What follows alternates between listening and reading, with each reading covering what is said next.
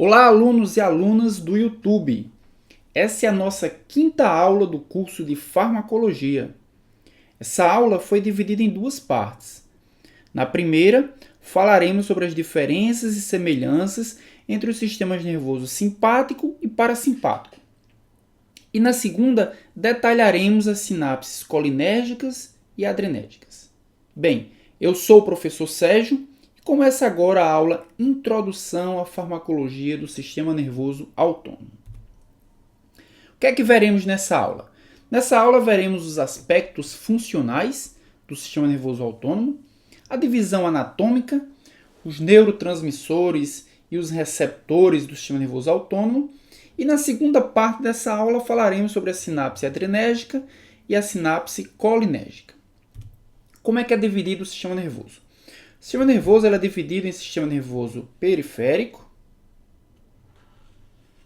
e sistema nervoso central. O sistema nervoso central vai ser tema de outras aulas, né? Falaremos bem detalhadamente sobre o sistema nervoso central. Mas por hora ficaremos com o sistema nervoso periférico. O sistema nervoso periférico apresenta duas divisões. Uma divisão considerada aferente, ou seja, uma divisão sensitiva, é aquele neurônio que está ligado a baroreceptores, que está ligado a receptores de superfície, receptores táteis, e que levam a informação da periferia para o sistema nervoso central. Essa é a divisão aferente, a divisão sensitiva. Mas existe também a divisão eferente, ou seja, a divisão motora do sistema nervoso periférico. É aquela divisão na qual a informação processada e enviada pelo sistema nervoso central, ela chega à periferia e executa uma função. Na divisão eferente, ou seja, na divisão motora, nós temos o sistema nervoso somático, na qual nós temos consciência da função motora. É o sistema nervoso que inerva, por exemplo, os músculos esqueléticos, onde nós temos consciência e sob a nossa vontade, o músculo se contrai ou se relaxa, para que nós possamos, por exemplo, nos deslocarmos. Né? E também faz parte da divisão eferente o sistema nervoso autônomo, que é o objeto de estudo da nossa aula. Então, o sistema nervoso autônomo também é uma divisão motora, mas nós não tomamos consciência, não está sobre a nossa vontade a execução das ações do sistema nervoso autônomo. O sistema nervoso autônomo é dividido em sistema nervoso entérico, ou seja, aquele que inerva as regiões do trato gastrointestinal. O sistema é dividido também em sistema nervoso simpático e sistema nervoso parasimpático. Sistema nervoso simpático e sistema nervoso parasimpático. Então vamos ver algumas características, né, desse sistema nervoso autônomo. Então, como eu já havia falado, o sistema nervoso autônomo é constituído por nervos motores. E esses nervos motores, eles levam a informação do sistema nervoso central para a periferia, para a musculatura lisa de órgãos viscerais, por exemplo, para os músculos do coração, para os músculos cardíacos e também para as glândulas. A grande função do sistema nervoso autônomo, levando as informações do sistema nervoso central para a periferia, é realizar o controle de diversos aspectos que, se estivessem sobre a nossa consciência, sobre a nossa vontade, eles seriam muito mal processados e haveria uma dificuldade muito grande de executarmos aquelas funções, como, por exemplo, controlar a digestão, como, por exemplo, controlar as funções do sistema cardiovascular, do sistema excretor e também do sistema endócrino. Okay? Então, para que isso acontecesse de forma eficiente, né, nós não precisamos da nossa vontade para executar, simplesmente por ações de feedback positivo e feedback negativo entre o sistema nervoso aferente e o sistema nervoso eferente. Mas o sistema nervoso periférico autônomo, ele possui dois tipos de neurônios. Né? Todo o sistema nervoso autônomo possui dois tipos de neurônio ligando o sistema nervoso central até o órgão periférico. Nós temos aqui um exemplo, né? Uma fibra nervosa que ligou o sistema nervoso central até um órgão, no caso aqui o coração. Então, ligando o sistema nervoso central ao órgão, nós temos dois neurônios. Um neurônio que é chamado neurônio pré-ganglionar. No neurônio pré-ganglionar, o corpo celular ele se localiza dentro do sistema nervoso central. Okay? Dentro do sistema nervoso central é encontrado o corpo celular do neurônio pré-ganglionar. Ligando o neurônio pré-ganglionar ao neurônio pós-ganglionar, né? Neurônio pós-ganglionar, nós temos uma estrutura chamada de gânglio, na qual a união, né, entre um neurônio que está ligado ao sistema nervoso central e o neurônio que leva a informação, que leva o impulso nervoso até o órgão periférico, certo? Então nós temos dois tipos de neurônios, seja ele, né, todo o sistema nervoso central, nós temos dois tipos de neurônio, neurônio que é pré-ganglionar, onde o corpo celular está localizado dentro do sistema nervoso central, e um neurônio pós-ganglionar, onde o corpo celular vai estar dentro do gânglio. Ok? Então, quais são as características do sistema nervoso autônomo? Primeiro, ele inerva praticamente todos os órgãos e tecidos. A grande maioria dos órgãos e tecidos são inervados pelo sistema nervoso autônomo. Segundo, a função disso é manter o equilíbrio interno do corpo. É controlar diversos órgãos, diversos tecidos. É controlar, por exemplo, o estímulo da musculatura lisa para que possamos, através do peristaltismo, levar todo o alimento até as partes mais internas, as partes mais profundas, né, do sistema gastrointestinal. É controlar as funções cardíacas, por exemplo, os batimentos cardíacos, a frequência cardíaca, a força de contração do coração. É controlar, por exemplo, as glândulas, as secreções das glândulas, sejam elas endócrinas ou sejam elas exócrinas. Então, isso não está sob a nossa vontade. O sistema nervoso autônomo ele tem por função manter o equilíbrio no controle, né, desses diversos órgãos com relação ao seu funcionamento correto, com relação à sua homeostasia. Vamos olhar agora a divisão do sistema nervoso autônomo entre simpático e parasimpático. Desse nosso lado esquerdo, nós temos o sistema nervoso parasimpático. Do nosso lado direito, a inervação do sistema nervoso simpático. Então, o sistema nervoso parasimpático, por exemplo, ele inerva a pupila. Ele pode inervar também as glândulas salivares. Ele inerva o coração. Ele inerva os brônquios. Ele inerva, por exemplo, o estômago. Ele inerva a vesícula biliar. Inerva a bexiga e também inerva, né, a região do pênis. Então, o sistema nervoso parasimpático, a gente viu que existem várias fibras nervosas que ligam o sistema nervoso central até diversos órgãos periféricos, controlando o seu funcionamento. E o sistema nervoso simpático? Bem, o sistema nervoso simpático ele também inerva a pupila, ele também inerva as glândulas salivares, ele também inerva os brônquios, ele inerva o coração, ele inerva o estômago, ele inerva o fígado, ele inerva a glândula suprarrenal, ele inerva a bexiga e ele inerva também a região do pênis. Ou seja, se nós compararmos, né, através dessa figura, a inervação do simpático e do parasimpático ela ocorre praticamente em todos os órgãos. E praticamente todos os órgãos apresentam inervação simpática e parasimpática ao mesmo tempo.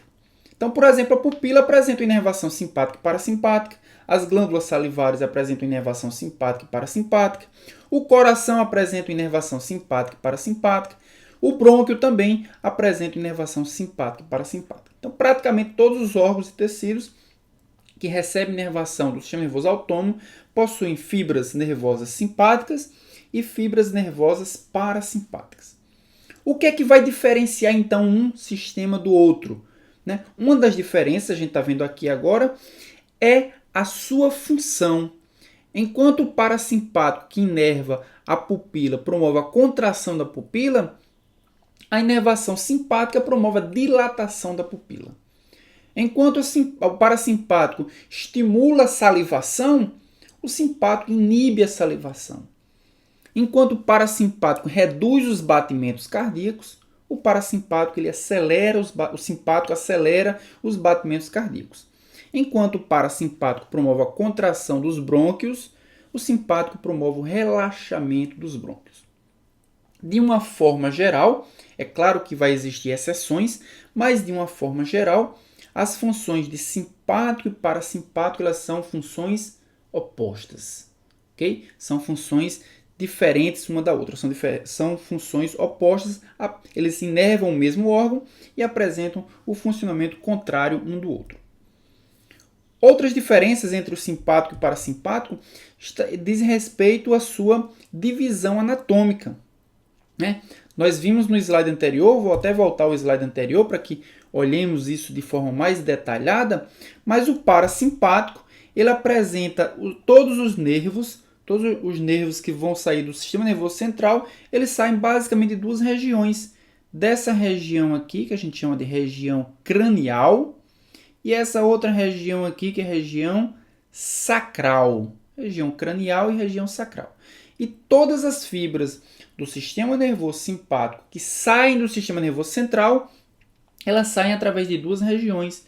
Uma região que a gente chama de região torácica, e uma outra região que a gente chama de região lombar. Torácica e lombar. Então nós podemos dizer que o sistema nervoso simpático ele é tóraco-lombar, enquanto que o sistema nervoso parasimpático ele é crânio-sacral. Então existem diferenças na anatomia. Os nervos que saem do sistema nervoso simpático eles saem das regiões torácica e lombar, enquanto que os nervos que saem do sistema nervoso parasimpático eles saem das regiões cranial e sacral. Além disso, quando nós comparamos os neurônios pré-ganglionares e pós-ganglionares, eles apresentam também variações de tamanho. No sistema nervoso simpático, o neurônio pré-ganglionar ele é um neurônio bem pequeno comparado ao sistema nervoso parasimpático. Nós podemos ver aqui neurônio bem pequeno comparado ao sistema nervoso parasimpático, que o neurônio é grande, a fibra nervosa, a célula é muito maior. Já o neurônio pós-ganglionar do sistema nervoso simpático, ele é um neurônio grande, enquanto que o neurônio pós-ganglionar do sistema nervoso parasimpático é um neurônio curto, um neurônio bem mais curto. Então, além das diferenças funcionais, né, fisiológicas, nós temos também diferenças anatômicas entre o sistema nervoso simpático e o sistema nervoso parasimpático. Então, nós podemos dizer ainda, observando os aspectos funcionais, né, do sistema nervoso autônomo, que o sistema nervoso simpático ele pode ser dito um sistema nervoso adrenérgico. Ele é um sistema nervoso adrenérgico, a gente vai entender por que ele é chamado de sistema nervoso adrenérgico. Além disso, ele é considerado sistema nervoso catabólico, ou seja, ele funciona, ele organiza, ele controla o metabolismo, organizando a quebra de macromoléculas. E ele é um sistema dito de desgaste porque ele vai eliminar ou ele vai diminuir as concentrações dessas macromoléculas. Já o sistema nervoso parasimpático ele é considerado um sistema nervoso colinérgico, porque o seu principal neurotransmissor é a acetilcolina, no adrenérgico é a noradrenalina, e o parasimpático é um sistema nervoso anabólico, ou seja, ele trabalha com a síntese, por isso que ele também é chamado de sistema de conservação. Então, simpático, parasimpático, simpático adrenérgico, parasimpático colinérgico. O simpático ele é um sistema catabólico e de desgaste, e o parasimpático é anabólico e de conservação. Então vamos dar uma olhadinha aqui no equilíbrio entre o sistema nervoso simpático e parasimpático. A gente pode dizer que o sistema nervoso simpático, a atividade do sistema nervoso simpático, ela é proporcionada ou o sistema é mais ativo em momentos de fuga ou luta. Então a gente diz que o sistema nervoso simpático é o sistema de fuga ou luta. Já o sistema nervoso parasimpático, ele está associado ao descanso e à digestão. Descanso e digestão. Então existe um equilíbrio entre a atividade simpática e parasimpática. Como a gente viu, o mesmo órgão é inervado pelas duas fibras e na maioria das vezes esses sistemas eles apresentam funções contrárias uma das outras. Então tem que haver um equilíbrio entre o sistema simpático e o parasimpático. Quando o simpático está mais ativo do que o parasimpático, nós temos todas as atividades relacionadas com a fuga e com a luta. Quando o parasimpático está mais ativo do que o simpático, nós temos as atividades relacionadas ao descanso e também ao processo digestivo. Nós veremos em aulas futuras, né, os agonistas e os antagonistas, sejam eles adrenérgicos ou colinérgicos, né, que eles funcionam justamente regulando a atividade desses dois sistemas, do simpático e do parasimpático.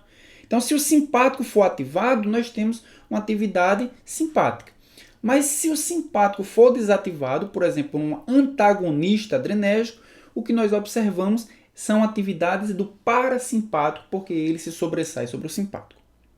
Então, uma atividade ou um efeito de um fármaco antagonista adrenérgico será um efeito muito parecido com um fármaco que é um agonista colinérgico. Okay? Então, guardem bem essa informação que a gente vai utilizar ela no futuro. Okay?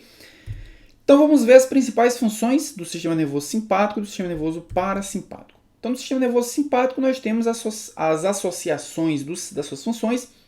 As suas funções estão associadas, estão ligadas à luta e à fuga. Então, nos olhos, na pupila, o que é que o sistema nervoso simpático vai fazer? Vai promover a midríase, ou seja, a dilatação da pupila. Vai promover o relaxamento muscular ciliar. Isso é importante porque durante a luta ou a fuga, o indivíduo ele precisa de maior acuidade visual, ele precisa enxergar melhor a situação, ele precisa estar mais atento. Então, o sistema nervoso simpático ele vai lá na pupila e promove uma dilatação da pupila para maior entrada de luz. No sistema cardiovascular, ele vai aumentar a frequência cardíaca, vai aumentar a força de contração para que o coração possa levar mais sangue aos tecidos, principalmente aos músculos, já que ele é um sistema voltado para a fuga ou para a luta.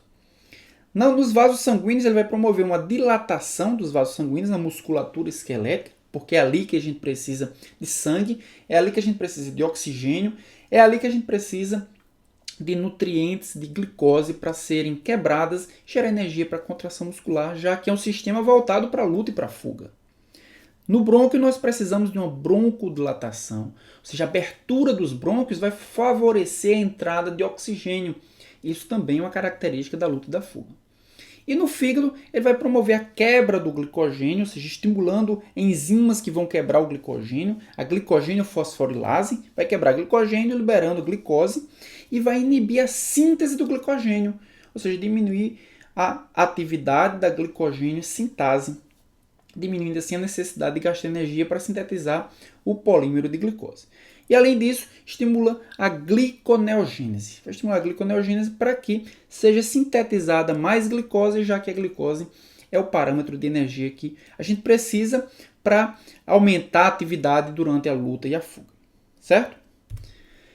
E o parasimpático? O parasimpático está associado a repouso e digestão. Né? Então, na pupila ele vai promover o quê? Constrição pupilar, ou seja, miose, contração do músculo ciliar. Nós veremos que os agonistas colinérgicos, né, quando vermos as classes de fármacos que agem no sistema nervoso autônomo, os agonistas colinérgicos vão promover a miose, a constrição da pupila.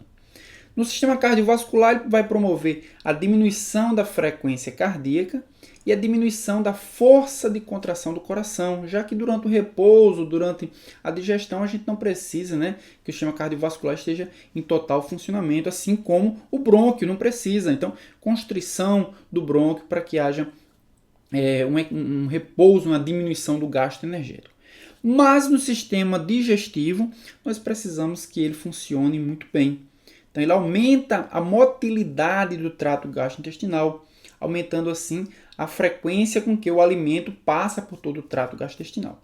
Além disso, aumenta também as secreções de glândulas, principalmente de glândulas digestivas, né, do pâncreas, né, das glândulas salivares, e aumenta também a secreção de ácido clorídrico para a digestão das proteínas. Certo? Então, o sistema nervoso parasimpático está envolvido com o processo de repouso e digestão.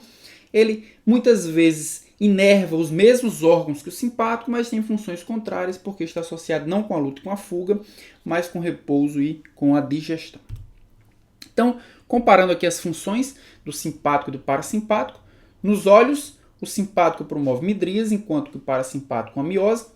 No coração, o simpático aumenta a frequência cardíaca e aumenta também a força de contração do coração. enquanto que o parasimpático ele diminui essa frequência cardíaca e diminui a contração do músculo cardíaco. E são funções opostas, mas nem todas as funções são funções opostas. Algumas delas são funções semelhantes ou pelo menos sinérgicas, ou seja, uma ajuda a outra a funcionar melhor. Por exemplo, nas glândulas salivares, eles apresentam a mesma função. O simpático aumenta a secreção da glândula salivar e o parasimpático também aumenta a secreção da glândula salivar. Nos órgãos sexuais, por exemplo, no pênis, ele aumenta, o simpático aumenta, estimula a ejaculação, enquanto que o parasimpático ele estimula a ereção, que são funções ou são ações sinérgicas. Então, nem sempre são funções opostas. A maioria delas vai ser realmente funções opostas, mas precisamos observar isso principalmente em relação a que órgãos que eles apresentam funções ou semelhantes ou funções cinéticas. Tudo bem? Então aqui nós podemos ver as duas sinapses, a sinapse simpática e a sinapse parasimpática. A gente vai entrar em detalhes na outra parte dessa aula. Por hora a gente precisa entender como é que é o processo completo, né? O processo fisiológico completo. Então, nós podemos observar aqui o neurônio pré-ganglionar, da divisão simpática, o neurônio pós-ganglionar, também da divisão simpática. O neurônio pré-ganglionar, da divisão simpática, ele secreta como neurotransmissor para a fenda sináptica a acetilcolina. A acetilcolina, que é o neurotransmissor pré-ganglionar e que vai estimular a condução do impulso nervoso em receptores nicotínicos localizados no neurônio pós-ganglionar. Ok? Então, o neurônio pré-ganglionar ele expressa acetilcolina e essa acetilcolina ele se liga a receptores nicotínicos no neurônio pós-ganglionar, fazendo com que o impulso nervoso ele seja propagado do pré para o pós-ganglionar. Na divisão parasimpática, nós também temos um neurônio pré-ganglionar. Nós também temos um neurônio pós-ganglionar. Na divisão parasimpática, nós também temos como neurotransmissor pré-ganglionar a acetilcolina. Na divisão parasimpática, nós temos também como receptor do neurotransmissor pré-ganglionar o receptor nicotínico. Então, no pré-ganglionar, simpático e parasimpático são idênticos. Simpático e parasimpático, eles expressam acetilcolina como neurotransmissor pré-ganglionar, e esse neurotransmissor pré-ganglionar, ele estimula a propagação do impulso nervoso no neurônio pós-ganglionar ao se associar com receptores nicotínicos. O que vai ser diferente vai ser o neurônio pós-ganglionar. Como nós havíamos falado em slide anterior, a divisão simpática é chamada de divisão adrenérgica. Divisão adrenérgica por quê? Porque ao ser estimulado pela acetilcolina, o neurônio pós-ganglionar ele expressa noradrenalina. Noradrenalina que vai ser expressa e vai ser secretada aqui na ligação do neurônio com a célula-alvo efetora, com o tecido periférico. E a noradrenalina vai interagir com que receptor? Com receptores adrenérgicos, seja eles receptores alfa, seja eles receptores beta. Okay? Na divisão parasimpática acontece um pouco diferente. O neurônio pós-ganglionar, ao ser estimulado pela acetilcolina, o neurônio também produz acetilcolina. Também produz acetilcolina.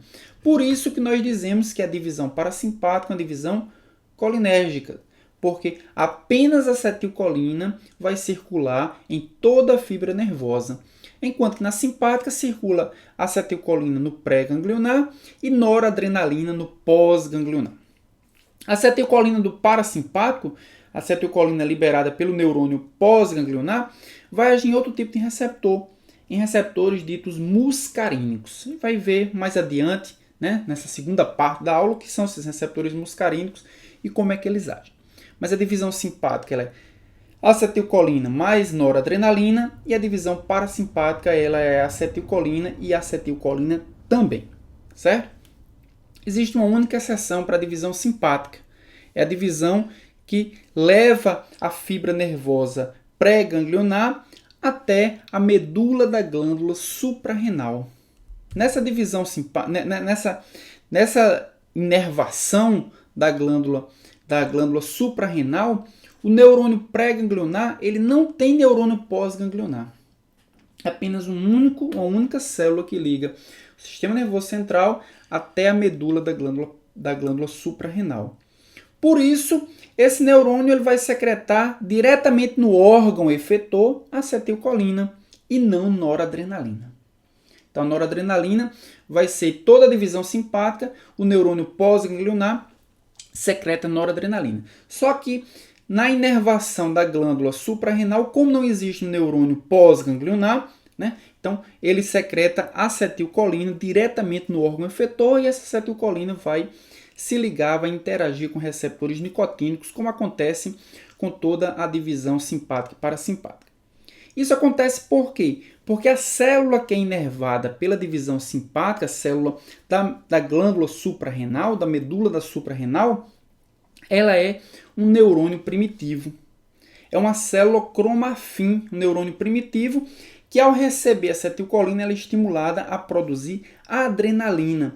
Então, de certa forma, apesar de ser uma exceção à regra, de certa forma, ela segue também a mesma regra da divisão simpática. O neurônio pré-ganglionar, que é o único neurônio que liga o sistema nervoso central até o órgão efetor, é conduzido pela acetilcolina.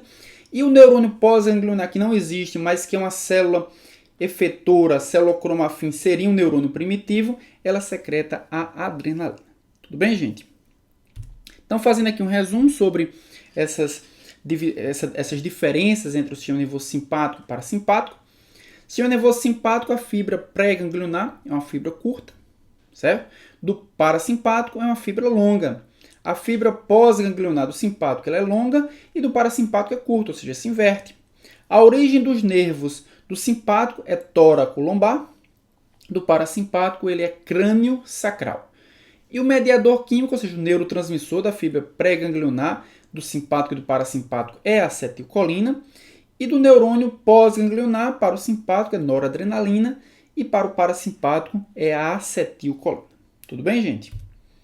Então, chegamos ao fim da primeira parte sobre a introdução à farmacologia do sistema nervoso autônomo.